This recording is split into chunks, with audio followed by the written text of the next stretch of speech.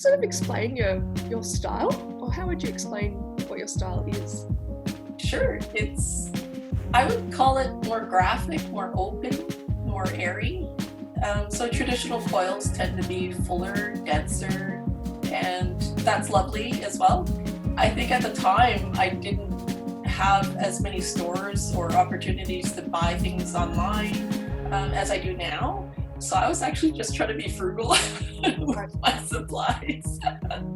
I didn't have a die cutter at the time, so I was like, oh, guess what? If I just do the outside ring of my flower, then I would save so much more paper. And then I kind of liked how simple it looked. It looked more iconic, more, I guess, I was borrowing from the graphic design side of me.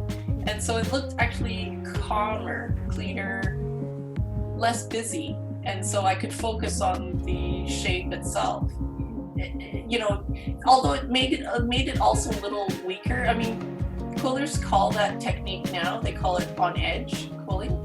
The first pattern I sold was for quilled flowers, and that was like back in 2014, I think.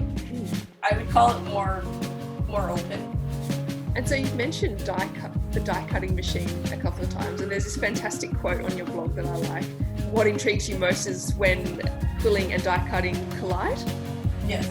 So can you explain first what a die cutting machine is and how these worlds collide for you? Sure.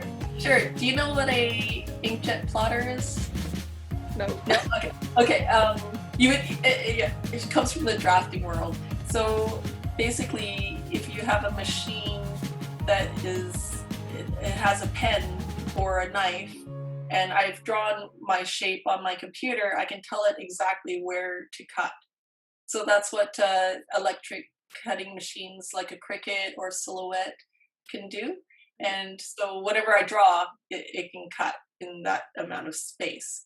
In the quilling world, I remember falling in love with French flowers. I remember looking at an image online for I don't know how many times over and over again, wishing for one day I would buy a die cutter.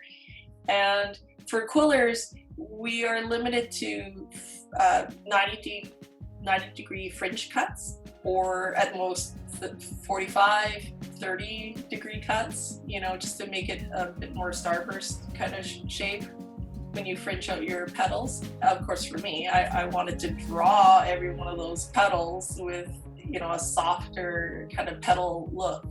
So to me, doing Frenched flowers it's kind of like a marrying of those two, because I can do the sculpted kind of petals along with the quilling technique.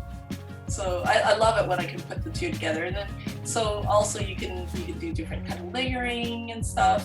Even follow your curiosity. If you look on the blog, you can actually ask the machine to give there's a scoring tool, so you can ask it to score onto your work surface every one of these letters. So there's some close-up shots I took on my blog where you can see I basically indented this paper. So I didn't have to trace any of these letters out by hand. I just had to trace it with paper, that's all. That's what I love most, is when you can use the best of both worlds and put them together like that. That is so cool. So that follow your curiosity piece was the collision of quilling and your die cut machine. Yes, absolutely. That was